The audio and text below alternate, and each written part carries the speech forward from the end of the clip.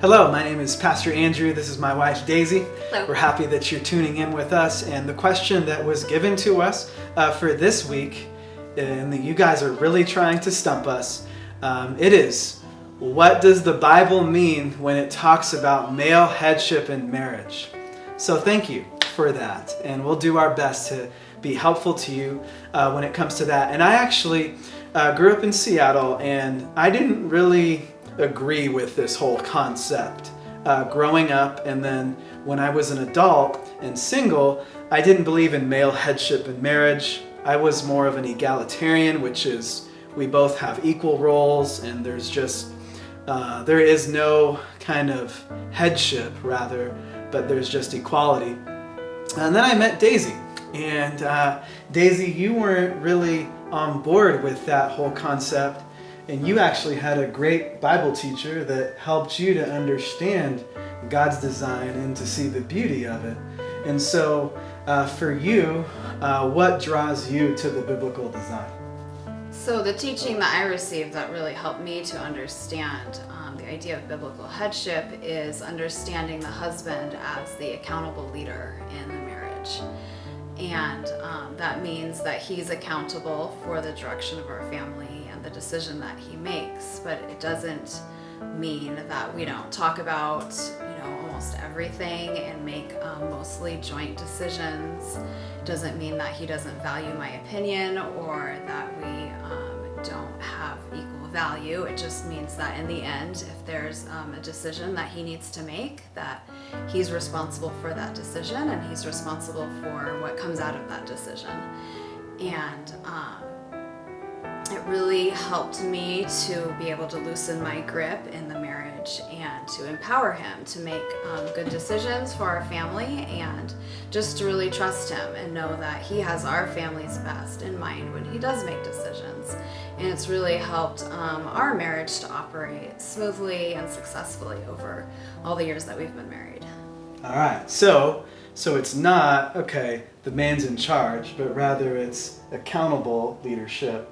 And then it's also empowering with the thought that, if he's not a natural leader, that he'll grow into that role. Yeah. And then hopefully, have I grown into that role? Yeah. Okay, just making sure. And so also I would say this, right after it says that the husband is the head of his wife, it says this in Ephesians chapter 5, verse 25.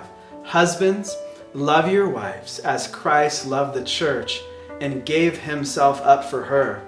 So, Mike Gaffney, who was my pastor in college at the University Presbyterian Church, he said to all the single men, he goes, men, if you are not willing to die for the woman that you are interested in marrying, then you should not marry her. And what he was describing was the kind of servant leadership that the Bible is inviting us towards. So it's not I'm in charge, but rather it's I'm dying for you every day. I'm serving you every day. How can I serve you? How can I love you? How can I do what's best for the family? That is the biblical design. And so one of my friends shared with me one day, he goes, Andrew, my wife seems really distant from me. I'm leaning in. She's not even interested in kissing me. I am just pursuing her, but she's running the other way right now. And then I asked him, how much quality time are you spending with your wife? And he's like, we're spending no time. And I said, how many words of affirmation are you giving to your wife right now? And he's like, I don't give her any. And so what I would offer as a thought to husbands, love your wives, is to know the ways that she desires to be loved. Chapman, who wrote the book 5 Love Languages, gives us 5 ways to love someone else. And each of us has a top 2 or 3 ways that we like to be loved. And when we're loved in those ways, we thrive more than the other languages. And here are the 5 love languages that I could offer to you. They are words of affirmation, quality time, acts of service, receiving gifts, and physical touch.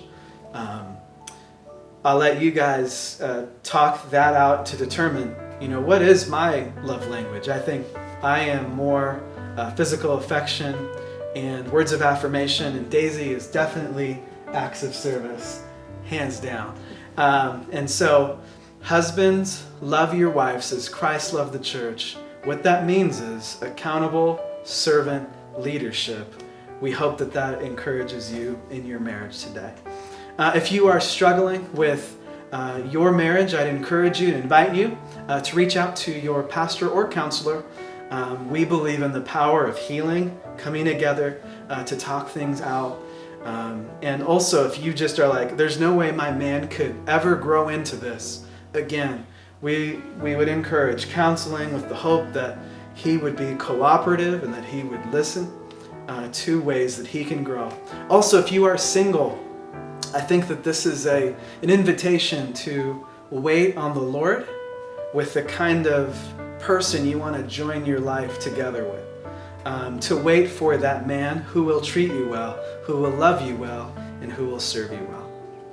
If you have a question, you can submit it to hello@sjdenver.org. Thank you for tuning in, and we'll see you next time.